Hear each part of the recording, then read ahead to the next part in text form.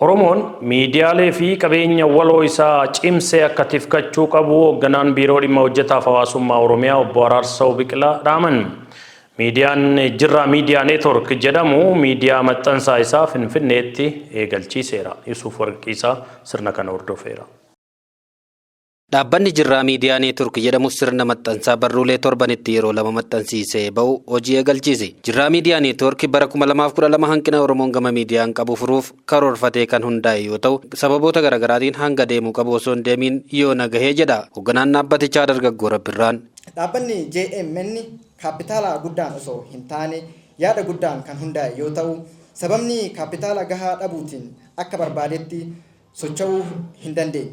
Dhaabbanni JMN TV Jirraa Miidiyaa Neetwork hanqina gama maxxansaatiin jiru keessattuu miidiyaalee maxxansaa sadarkaa adda addaatti keessattuu akka sabaatti qabnu baay'ee xiqqaa ta'uun miidiyaa maxxansaa barbaachisaa ta'uun qorannoon erga mirkaneessee miidiyaa maxxansaa akka eegaluuf murteessee jira. Gama miidiyaa maxxansaan hanqina guddaatu jira kan jedhu Dargaggoo Rabbirraan, Jirraa Miidiyaa Neetworkis qormaata garaagaraa keessa taa'ee hojii eegalus uummanni tumsa barbaachisu akka taasisu gaafate. Miidiyaan kun hunda keenya waan ta'eef gama hundaan haa tiksinu. Sabni sirna jabaa qabu saba jabaadha jedhamu sirna jabaa ijaaruu danda'u miidiyaa roga hundaan miidiyaa jabaa yoo ijaarrate qofa.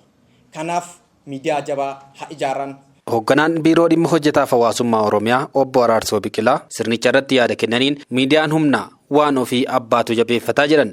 Akkuma baay'ina keenyaatti miidiyaa baay'ee nu barbaachisa. Keessattuu maxxansaalee adda addaatiin hawaasummaa irratti, diinagdee irratti, siyaasaa irratti, teekinooloojii irratti eessa jirra. Akka baay'ina keenyaatti kana gadi faginaan ilaaluun barbaachisaadha jechuudha. Kanammoo nama biraarraa leenyu ofuma keenya of ilaallee eessa jirra jennee wal gaafannee tokkoon keenya waan nurraa eegamuu qabu. Hayyoonni keenya alaaf keessa walitti dhufnee tokkummaan mari'achuun rakkoo keenya hundaaf furmaata kennuu qabnas jedhan.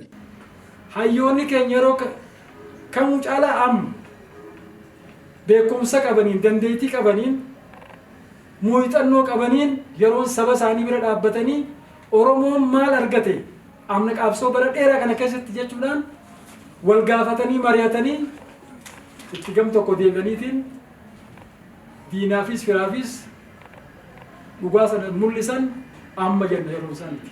Jirraa miidiyaan fakkeenya gaariidha. Hojiin amma jalqabaati. Wanni jalqabaa nama jajjabeessa abdiis nama bulchaa kanumaaniin jabaa daatti fufaa jira. Hooggantuun biiroo aadaa fi turizimii Oromiyaa aadde Jamiilaa Simbirruu gama isaaniitiin miidiyichi galma yaadamee fi karoorfate akka ga'u biiroon isaanii tumsa barbaachisu akka taasisu himuun uummannis miidiyaa kana tumsu akka qabu gaafataniiru. Dhaabbata tokko hundeessuuf ijaaruun galmaa miti. Galmi kaayyoo dhaabbanni sun ijaarameef miidiyaan kun ijaarameef sirriitti beeknee hubannee cinaa dhaabbannee deeggarsa barbaachisu. Deeggarsa ogummaa, deeggarsa yaadaa, beekumsaaf faayinaansiinis cinaa yoo dhaabbate hawaasni keenya sirriitti cimee miidiyaan kun uummata Oromootiif humna guddaa ta'uu danda'a. Qormaati si mudatu hundumaayyuu sirriitti ceetanii dandamattanii kanaa olitti akka hojjechuu dandeettan isiniif dhaamuu barbaada.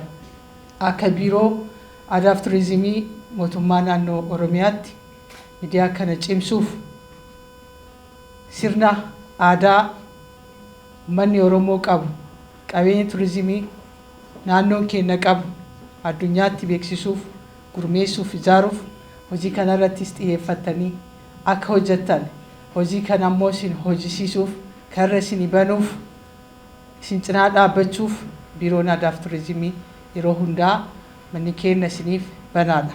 Miseensa boordii Jirraa Miidiyaa Neetworkii kan ta'an obbo Ibsaa Nagoo gama isaaniitiin Oromoon gama miidiyaa maxxansaan hedduu duubatti hafeera. Amma maxxansa Jirraa Miidiyaa Neetworkiin eegalee jira waan ta'eef dubbisuu fi gama garaagaraatiin jajjabeessuun murteessaadha jedhan. Teesti isin godhuuf maxxansa kana baasanii kanaafuu isinis mee dargaggeessi Oromoo kun akkaataa wajjin dhaabbattan ni ilaalla. At least maxxansuma tokko artikila tokko illee ji'atti yoo barreessitan. Hedduun keessan gama kiyyaan artikila tokko maybe ji'atti barreessu kanaafuu waa gargaaruun jedha. Egaa jalqabdanii jirtanii fuula dhofkachuun qabdanii jedha.